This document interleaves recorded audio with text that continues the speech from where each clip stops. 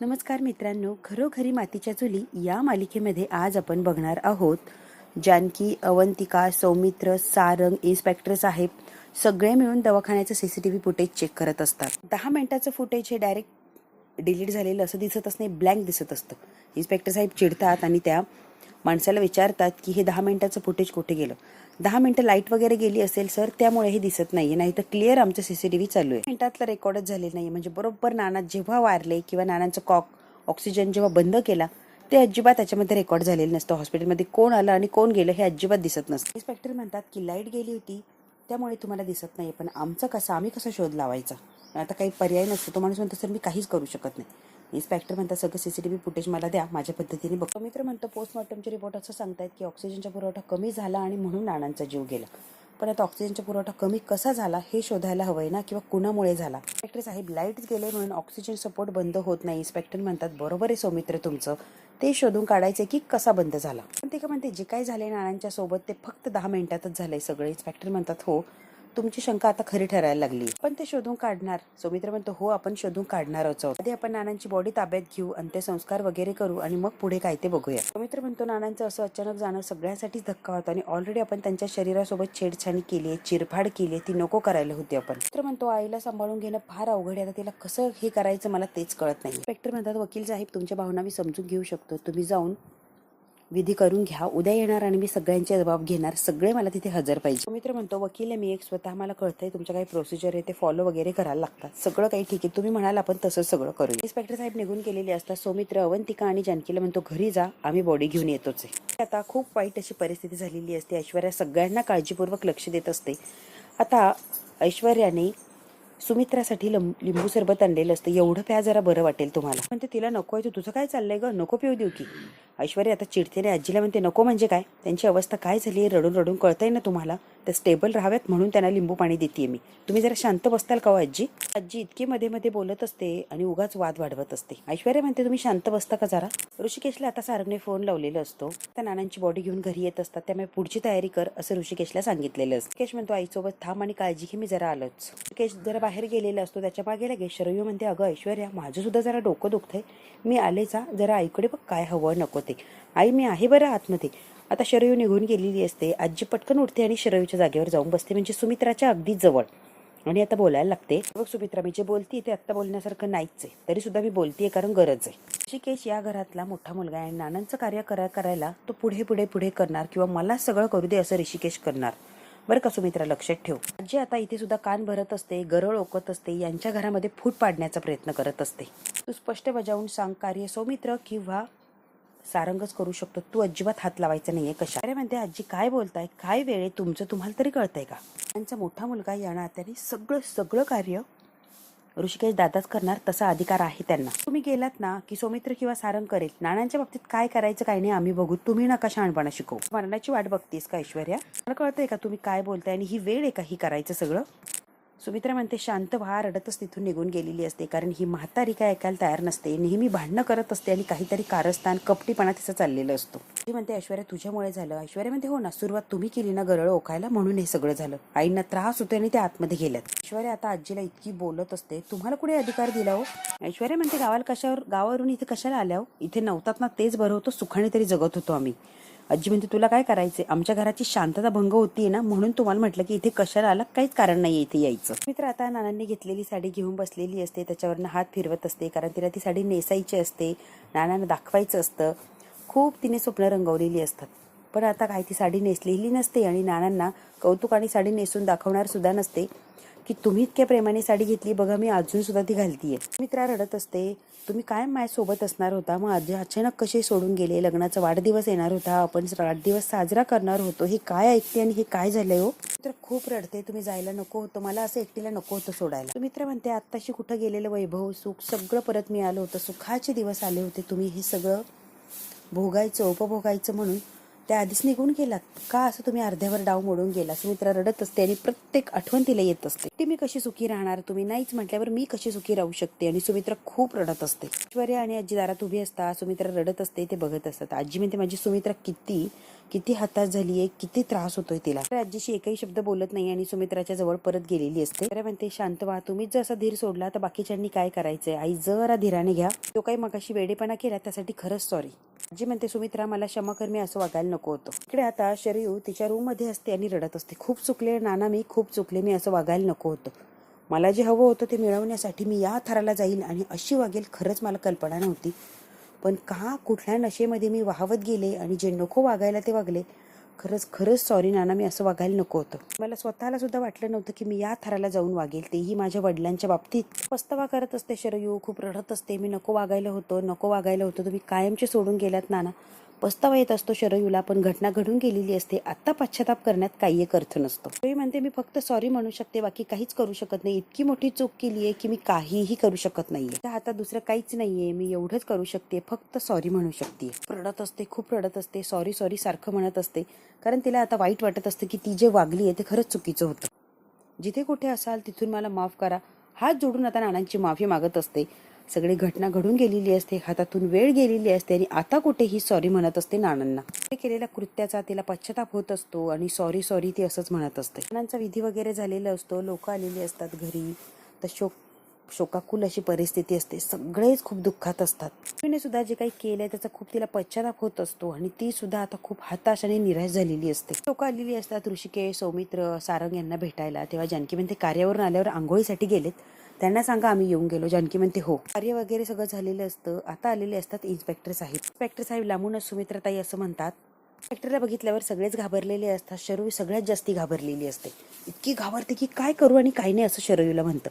Inspector अगदी रिस्पेक्टने सुमित्राच्या जवळ येतात. म्हणतात हे बघा, मी इथे यायला नकोय कारण ही वेळ नाहीये, पण आमचं कर्तव्य, आमची ड्युटी आम्हाला निभवायला लागते, मला यायलाच लागतं. ज्या फॉर्मॅलिटीज आहे त्या कम्प्लीट करायला लागतात. सुमित्राताई म्हणते तुम्हाला असं म्हणायचं इथे कोणी गुन्हेगार आहे ज्याने नानाला मारलंय? इन्स्पेक्टर साहेब म्हणतात शंका तर तशीच, त्यांचा ऑक्सिजन बंद केला होता कोणीतरी, त्यामुळे नानांचा जीव गेलाय. ऑक्सिजन बंद करण्याची हिंमत कोणी केली किंवा कोणाला काय मिळालं तीच चौकशी करण्यासाठी इथे आलोय मी ताई. शरयू मात्र भयानक अशी घाबरलेली असते. इन्स्पेक्टर खूप शांततेत म्हणत असतो की तुमच्या भावनांचा आदर करतो, तुमचं दुःखही समजू शकतो, पण आम्हाला आमची ड्युटी करायला लागणार आहे. सॉरी, मी जे प्रश्न विचारेल तेवढ्याची उत्तरं द्या प्लीज. कोणावर शंका आहे का? नानांचा कोण असा घातपात करू शकतंय? इन्स्पेक्टर म्हणतात अहो सांगा ना, कोण मारू शकतं? काही शंका वगैरे आहे का? ऐश्वर्या आलेली असते आणि डायरेक्ट म्हणते शरूताई मारू शकतात, मला खात्री आहे. शरयू ततमम करायला लागलेली असते. मी कशाला मारेल, वेडी आहेस काय ग? माझ्या वडिलांना मारून मला काय मिळणार आहे? ऐश्वर्या म्हणते मी कुठे म्हटलंय तुम्ही मारलंय, तुमचं काय चाललंय हे?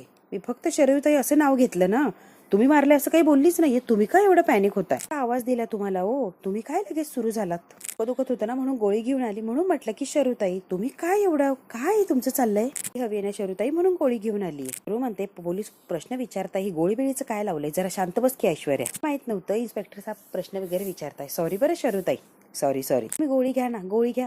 ती शरयू घाबरलेली असते, गोंधळून गेलेली असते. इन्स्पेक्टर साहेबांनी हे नोटीस केलेलं असतं. इन्स्पेक्टर साहेबांनी नोटीस करावी म्हणूनच ऐश्वर्याने मुद्दामून तिला आवाज दिलेला असतो. इन्स्पेक्टर साहेब जवळ आलेले असतात. शरयूला म्हणतात की बरोबर आहे ना, त्यांनी मध्ये बोलायला नको होतं, पण कसं आहे ना, तुम्हाला सुद्धा काही प्रश्न विचारणं गरजेचं आहे आणि जे प्रश्न विचारले जातील त्याची उत्तर अगदी खरी द्या. नाही जरी दिली ते शोधायचं काम आमचं आहेच. नानांशी तुमचं भांडण झालं होतं, ते जोरदार भांडण झालं आणि पैशावरूनच भांडण झालं होतं, बरोबर ना? नानांशी तुमचं भांडण होतं काय आणि नानांची अशी अवस्था होती काय, बरोबर आहे का? मात्र बोलती बंद झालेली असते, अडकलेली असते पोलिसांच्या कचाट्यामध्ये. काय करावं आणि काय नाही शरयूला काही सुचत नसतं. सगळं तर करून बसलेली असते आणि तिला माहिती इन्स्पेक्टर साहेब काय मला सोडत नसतात. भांडण झालं हे खरं इन्स्पेक्टर साहेब, पण नंतर मी का कशासाठी सगळं काही क्लिअर केलं होतं. तो वाद तर मिटला होता ना, त्याचं काही राहिलंच नव्हतं इथे. इन्स्पेक्टर साहेब म्हणतात ठीक आहे, तो वाद कसा मिटला, काय मिटला, क्लॅरिफिकेशन आम्हाला सुद्धा द्यायला लागणार आहे तुम्हाला. म्हणजे तुम्हाला काय बोलायचं इन्स्पेक्टर साहेब, नाना साहेबांना मारण्याचा मोटिव्ह तुमच्याकडे होता, त्यामुळे तुम्ही आमच्या कचाट्यातून नाही सुटू शकत आहे. आता मात्र शरयू अडकलेली असते. इन्क्वायरीसाठी तुम्ही पोलीस स्टेशनला यायलाच हवं आणि यावंच लागणार आहे. तर मामा करायला लागलेली असते शरयू आणि खूप घाबरलेली असते. ती म्हणते ना मी काही केलंच नाहीये, मग ही घाबरतीये काय 2-2 मिनिटाला? काही केलेलं नाही आणि मी येणार नाही आताच सांगते. मला पैशांची गरज होती, त्यावरनं जरा भांडण झालं होतं, पण आता वडील आहेत ते माझे, मी त्यांना कशी काही करू शकते वगैरे करेल असा अर्थ होत नाही ना. असं काय विचार करताय तुम्ही? आता बडबड करत असते, तुम्ही कसं माझ्यावर संशय घेऊ शकता? मी कशी माझ्या वडिलांना मारू शकते? जरा तरी विचार करा इन्स्पेक्टर साहेब, तुम्ही काय बोलताय, काय वागताय? लोकांचा जो काही संशय होता तो आता दूर झालाय आणि दूर करायला मी मदत केली आहे. मी दाखवलंय मी काय निर्दोष आहे, काय काय सगळं काय दाखवलंय आणि तुम्ही माझ्यावर कसं संशय घेता? इन्स्पेक्टर म्हणता सगळ्यांना संशय होता तर तुमच्यावर म्हणजे संशयाच्या कसाट्यात आहात बा तुम्ही. मी एकटा संशय घेत नाहीये, तर संशय अख्खं घरच तुमच्यावर घेत होतं. बरोबर आहे का? सर येऊ इन्स्पेक्टर साहेब, तुम्ही जो विचार करताय ना तसा संशय वगैरे काय नव्हता. तशावर येऊ सावर सावर करायला लागलेली असते, कशी नीट अँड क्लीन आहे हे दाखवत. जानकी म्हणते हो संशय तर होता, सगळ्यांनाच संशय होता हो संशय. आता नाहीये इन्स्पेक्टर साहेब, आता क्लिअर झालाय. तुम्ही म्हणताय तसं शर्वरी वंशाकडे नानांना मारण्याचं काहीच मोटिव्ह नाहीये, त्यामुळे त्यांच्यावर संशय घेणे सुद्धा चुकीचं आहे. हो की नाही? का आपण संशय घ्यायचा उगाच? नाना त्यांना पैसे देण्यासाठी तयार झाले होते, सगळं इश्यू मिटला होता, सगळं व्यवस्थित चाललेलं होतं. सगळं पुढे होईल याची कल्पना कुणाला नव्हती किंवा कुणी अंदाज सुद्धा बांधलेला नव्हता. एक मुलगी आपल्या वडिलांना का मारेल हा विचार आपण करायला पाहिजे की नाही? बरोबर आहे की नाही? डॉक्टर साहेब म्हणतात जानकीताई मुलांनी वडिलांना मारणं यात आश्चर्य करण्यासारखं काहीच नाहीये. अशा घटना सर्रास घडताय आपल्या डोळ्यासमोर. कसं असेल काय करेल याचा भरोसा देता येत नाही, त्यामुळे तुम्ही एवढं ठामपणे सांगूच नका जानकीताई. प्रत्येकाचे जबाब घ्यायचे आम्हाला. ऋषिकेश सौमित्र सारंग आता सगळेच आलेले असतात. की आता बरं झालं तुम्ही आलात. नानांबरोबर जे काही घडलं त्याबद्दल मला जरा प्रश्न विचारायचे. ऋषिकेश म्हणतो हो विचारा, तुम्हाला काय शंका आहे ना सगळ्या विचारा. त्यांच्या पर्सनल व्यवहाराबद्दल काही माहिती होतं का तुम्हाला? सौमित्र म्हणतो दादाजी म्हणतोय ते बरोबर आहे, आम्ही आत्ताच कुठे अंत्यसंस्कार करून आलो, तुम्ही जरा तुमची फॉर्मॅलिटी नंतर करा ना. आमची मनस्थिती परिस्थिती जरा समजून घ्या प्लीज. आणि तुम्हाला मी म्हटलं सुद्धा होतं आम्हाला जरा हे सगळं करू दे आणि मग निवांत या. तरी सुद्धा तुम्ही अजिबात वेळ व्हायला घातला नाही आणि लगेच आला. प्लीज इन्स्पेक्टर साहेब आम्हाला समजून घ्या आणि आमचा असा काहीतरी वेळ द्या आम्हाला प्लीज. तास तरी थांबायला हवं आणि एवढी काही काय करताय तुम्ही? सगळं उद्या बोललो असं तरी पण काही फरक पडला नसता. जरा थांबा तुम्ही प्लीज, आमचाही विचार करा. सॉरी वकील साहेब, काही गोष्टी लवकर जाणून घेणं गरजेचं होतं म्हणून मी आलो. ती प्रोसिजर म्हणा किंवा काही म्हणा आम्हाला हे करायलाच लागतंय. आता आम्ही जातोय पण गरज लागली की बोलवणारच. एवढं सहकार्य करा प्लीज, कारण आमचा तपास योग्य दिशेने जाईल यासाठी तुमचं सहकार्य फार महत्वाचं आहे. इन्स्पेक्टर साहेब आता त्यांना हवी थोडीफार चौकशी केलेली असते, जरा माहिती मिळालेली असते, आता ते निघून जातात. इन्स्पेक्टर साहेब निघून गेल्यावर आता मात्र सुमित्रा जोर जोरात मोठमोठ्या रडायला लागलेली असते. माझ्या नवऱ्याची काय अवस्था झाली आहे, काय अवस्था होऊन ते वारलेत आणि इन्स्पेक्टर साहेब लगेच चौकशीसाठी आले, फार वाईट वाटलेलं असतं. सुमित्रा खूप रडायला लागलेली असते. आजी सुद्धा म्हणते की या कारणासाठी पोलिसांनी यावं. काय दिवस बघतोय आपण, काय वेळ आली आपल्यावर. कोणी नानांचा खून केला तर घरातल्या लोकांवर संशय, म्हणून इन्स्पेक्टर साहेब इथपर्यंत आले. काय वेळे देवा, काय वेळे रे. आणि आजी आता रडायचं नाटक करत असते. आजी म्हणते नानासाहेबांची सावली हरवली आणि नको त्या घटना घडायला लागल्या, नको ते व्हायला लागलं. खरं तर नानासाहेबांनी कुणाचं काय वाईट केलं होतं, कुणाचं काय बिघडवलं होतं की या थराला समोरची व्यक्ती गेली. नानासाहेब कधीच कोणाचं वाईट करू शकत नाहीये. मग नानासाहेबांच्या बाबतीत असं काय घडलं ग सुमित्रे की नानासाहेबांचा कोणीतरी जीवच घेऊन टाकला? आजीला सुद्धा आता वाईट वाटत असतं आणि कोण हे करू शकतं यासाठी आजी सुद्धा आता विचार करायला लागलेली असते. नानासाहेबांचा जीव घ्यावा इथपर्यंत मज्जल कोणाची गेली असेल किंवा इतकं वाईट काम करण्याची कोणाची हिंमत असेल, कारण ते कोणाचं वाईट करतील असे नाहीच आहे. सारखी आजी म्हणत असते कोणी मारलं असेल त्यांना, कोणी मारलं असेल. शरीर तशी तशी घाबरत असते आणि अजून तिची वाईट अवस्था होत चाललेली आहे. म्हणतो आजी जरा शांत हो प्लीज, तू शांत हो. अरे पण असं कसं शांत हो? त्यांचं हे रडारड चाललेली असते, शंका कुशंका चाललेली असतात. तेवढ्यात काय वकील साहेब आलेले असतात. सुमित्राताई असे लांबूनच आवाज देतात. आता सगळे टवकारतात आणि वकिलाकडे बघतात. आत येऊ का म्हणून वकील साहेब विचारतात. सगळ्यांना धक्का बसलेला असतो. आधी इन्स्पेक्टर साहेब, आता वकील. नानांचे विधी करून अगदी थोडा वेळ झालेला असतो, अजून काही शांतही झालेलं नसतं. तेच ही लोक यायला लागलेली असतात त्यांची प्रोसिजर करायला. आधी आलेले असतात इन्स्पेक्टर साहेब, त्यांच्यामुळे जबर असा धक्का बसलेला असतो, अजून वाईट वाटलेलं असतं. त्याच्यातून सावरतात किंवा नाही सावरतात, लगेच आलेले असतात वकील साहेब. आता सगळ्यांना आश्चर्यच होतं की नानासाहेबांचा मृत्यू असा भयानक प्रकारे झाला आणि त्यानंतर हे काय चाललंय. कधी वकील तर कधी पोलीस. आमच्या घरात नेमकी चाललंय तरी काय. आता सगळ्यांनाच धक्का बसलेला असतो. दुःखाचा प्रसंग आहे, आम्हाला एकांत हवाय, ते सोडून हे काय चाललंय. की म्हणते या की वकील साहेब. सुमित्राच्या जवळ वकील साहेब उभे राहिलेले असतात. हे बघा ताई, जे झालं ते खूपच वाईट झालंय, असं घडायला नको होतं, अशी परिस्थिती नको यायला होती आपल्यावर. मी तुमच्याशी खूप महत्त्वाच्या विषयावर बोलायला आलो म्हणून मला आत्ता यायला लागलं, नाही तर तुमचा गैरसमज व्हायचा की वेळेचं भान वगैरे.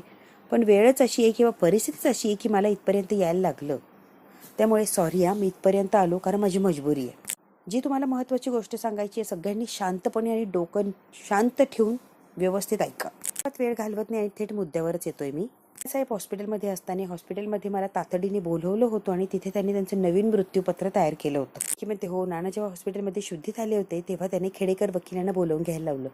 वकील साहेब खूप अर्जंट आले आणि मग नानांचं आणि त्यांचं काय बोलणं झालं ते मला माहीत नाही, कारण मला नानांनी बाहेर पाठवलं होतं. आता सगळा प्रसंग आठवत असतो. नानांना कदाचित ते या जगातून जाणार याची पूर्वकल्पना होती किंवा भीती वाटली असेल किंवा समोर त्यांना तसं काही दिसलं असेल. त्यामुळे नानांनी वेळ अजिबात व्हायला घातला नाही आणि मला बोलवलं आणि नानांनी जो धक्कादायक निर्णय घेतलाय किंवा योग्य तो निर्णय घेतलाय, सगळ्यांनी ऐका. सगळ्यांना ऐकणं गरजेचं आहे किंवा सगळ्यांचा अधिकार येतो. आणि नानांनी अगदी मरणाच्या शेवटच्या क्षणाला आपलं मृत्यूपत्र बदललं होतं आणि म्हणूनच मला त्यांनी एवढं तातडीने बोलवून घेतलं होतं. इन्स्पेक्टर साहेब तिथे जे काही घडलं, वकील साहेब तिथे जे काही घडलं ते सगळं सांगण्याचा प्रयत्न करत असतात. सगळ्यांनी ऐका. नानासाहेबांनी आपलं संपूर्ण विल बदललेलं आहे. त्यांना त्या क्षणाला जे योग्य वाटलं तेच विल त्यांनी तयार केलंय. अजिबात पहिल्या याच्यातला एकही शब्द इकडे लिहिलेला नाहीये. नवीन विल आहे. नाना साहेबांना जसं हवं होतं त्यावेळेला त्या परिस्थितीला जे काही वाटत होतं त्यानुसार विल बनवलेलं आहे. आता हे विल मी सगळ्यांना वाचून दाखवतोय. सगळ्यांनी शांतपणे ऐका. म्हणतो काय? आता वकील साहेब म्हणतात नवीन विल प्रमाणे जे काही लिहिलंय ते वाचतोय मी, ऐका तुम्ही. नवीन विल प्रमाणे नानाने सगळी संपत्ती, घरदार, जमीन जुबला, पैसा अडका सगळं काही जानकी रणदिवे यांच्या नावाने केलंय. अगदी सगळं कोणाच्याही नावावर काही न करता फक्त जानकीच्या नावाने केलंय. हे ऐकून सगळ्यांनाच धक्का बसलेला असतो की असं काय, कोणाच्याच नावावर नाही, डायरेक्ट जानकीच्या नावावर. ते आश्चर्यचकित होऊन जानकीकडे बघायला लागलेले असतात. धक्का मात्र शर्वरीला बसलेला असतो की हे काय ऐकतोय, म्हाताऱ्याने सगळी प्रॉपर्टी जानकीच्या नावाने का केली. त्या सगळ्या याच्यामध्ये एक अट अशी घातली नानासाहेबांना जे हवं होतं तेच मी लिहिलंय यामध्ये. जानकी रणदिवे यांची किती जरी इच्छा असली तरी ही संपत्ती त्या कुणाच्या नावावर करू शकत नाहीये म्हणजे नाहीये. त्यांच्याच पायाखालची जमीन सरकलेली असते. नानांनी सगळी प्रॉपर्टी असते ती जानकीला दिलेली असते आणि तिने कोणालाही देऊ नये किंवा देऊ शकत नाही असं त्यामध्ये पॉईंट टाकलेला असतो. आता मात्र सगळ्यांना धक्का बसतो. नानांनी एवढं टोकाचं पाऊल का उचललं असेल, ही सगळं जानकीबाईला देण्याचं का ठरवलं असेल. सगळ्यांनी जरी आता शांतपणे ऐकलं तरी आजी मात्र काही ऐकून घ्यायला तयार होणार नाही हे सगळ्यांनाच माहिती. ती काहीतरी यामध्ये शंका काढणार. बाजार समितीचं अध्यक्षपद जानकी रणदिवे यांना मिळावं अशी शेवटची इच्छा होती नानासाहेबांची. रवी असते मध्येच बोलायला लागलेली असते. का असं सगळं जे काय आहे ते फक्त जानकीला दिले, बाकी घरात कोणी राहतच नव्हतं का? नानांनी असं का केलं असेल? जेवढं काही आहे नाहीये ते सगळं जानकीच्या नावाने केले आणि आम्ही बाकीच्या लोकांवर कोणावर विश्वास नव्हता की घरात कोणी राहिलंच नव्हतं. आता मात्र शरयू चिडते आणि बडबड करायला लागते की माझे वडील असून माझा सुद्धा विचार केला नाही आणि सुनेचा विचार केला. तिच्या नावाने करायची काय गरज आहे? माझ्या आईच्या नावाने का केलं नाहीये? माझ्या आईच्या नावावर सगळं असायला होतं नानांच्या नंतर, तर हिच्या नावावर का केलंय? बाहेर ना आली ना, माझी आई तर नानांची बायको होती ना, मग तिच्यावर विश्वास असायला होता. ही जानकी बाहेरून आली आहे, कोण कुठलची, हिच्यावर एवढा विश्वास का आणि सगळी प्रॉपर्टी तिला का देऊन टाकली? शरयू नको नको ते बडबडत असते आणि रागाच्या भरात ती काहीही बोलत सुटलेली असते. शरयू म्हणते ऋषिकेश दादाच्या नावावर जर काही केलं असं चाललं असतं, त्यांचा मुलगा येतो त्याबद्दल वादच नाहीये, पण जानकी बहिणीचा आमचा काही एक संबंध नाहीये. तिच्या नावाने सगळं कसं केलंय नानांनी, तोच प्रश्न पडलाय मला वकील साहेब. तिच्या नावावर कशासाठी आणि हिच्या नावावर करायचा संबंध काय येतो? कोणीच काही ऑप्शन घेतलेली नसते. फक्त शरयू एकटीच बोलत असते आणि सगळ्या कुशंका तिलाच पडलेले असतात. जानकी बहिणी खरं बोल, सगळं काही तू तर करून घेतलं नाही ना तुझ्या नावावर. नानांना अगदी दबावाखाली आणलं आणि सगळं स्वतःच्या नावावर करून घेतलं. जानकीबाईंनी खरं बोला, प्रॉपर्टीसाठी तू तर नाही मारलाय ना गं नानांना? ऋषिकेश म्हणतो शर्वरी तू काय बोलते, तुझं तुला कळतंय का? दादा माझ्यावर ओरडू नको, ही सत्य परिस्थिती आहे. नानाने कुणाच्या नावावर 1 रुपया नाही केला, सगळं जानकीच्या नावावर केलंय. आणि दादा माझ्यावर कसला ओरडतोय? स्वतःच्या बायकोने बघ काय पराक्रम केलेत, रडून काळजी घेऊन सगळं काही स्वतःच्या नावाने केलंय. डोळ्याने दिसलाय ना ते मी बोलतीये. बायकोय म्हणून सारखी तिची बाजू घेऊ नको आणि सारखं तिला पाठीशी घालू नको, कारण आत्ता वेळ नाहीये पाठीशी घालण्याची आणि तिची बाजू घेण्याची.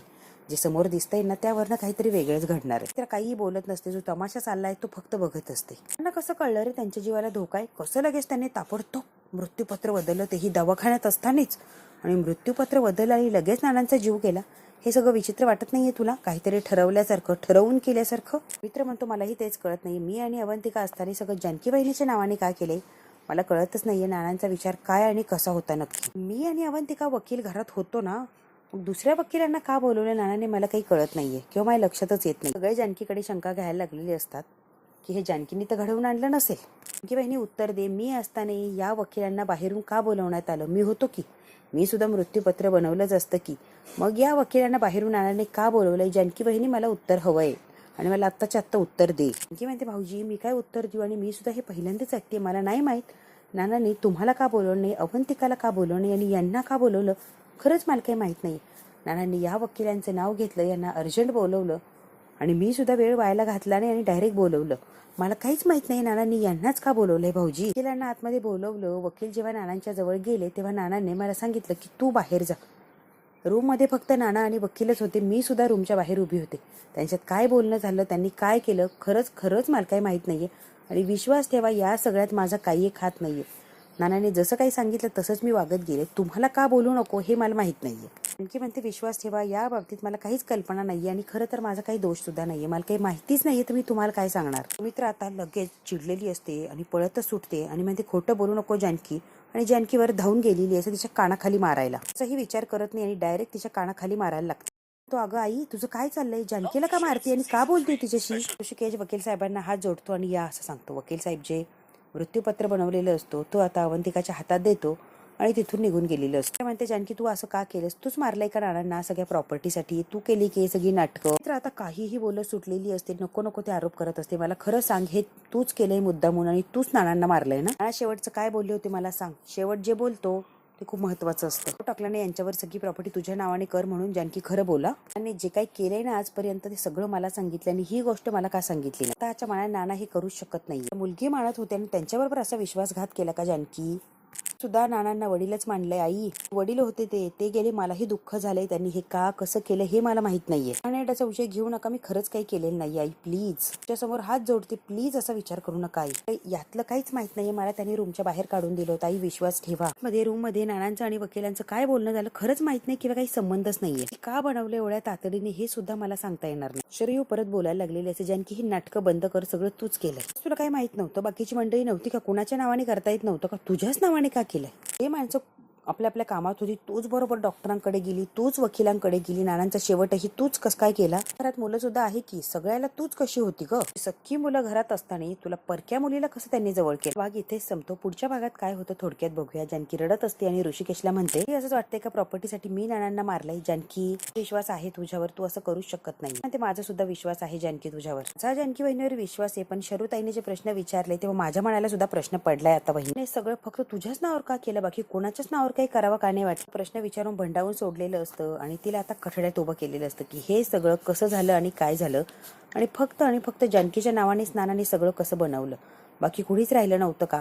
आता जानकीने काही केलं नसतं तरी सुद्धा घरातले सगळे शंका घेत असतात आणि जानकीला प्रश्न विचारत असतात. नको ते प्रश्न विचारून तिला अगदी भंडावून सोडलेलं असतं. बघू सगळ्यांच्या प्रश्नांची उत्तरं जानकी कशी देणार आणि मुळात जानकी निर्दोष आहे हे कसं सगळ्यांच्या समोर येणार. हा भाग इथेच संपतो. व्हिडिओ आवडल्यास लाईक शेअर सबस्क्राईब नक्की करा. धन्यवाद मित्रांनो.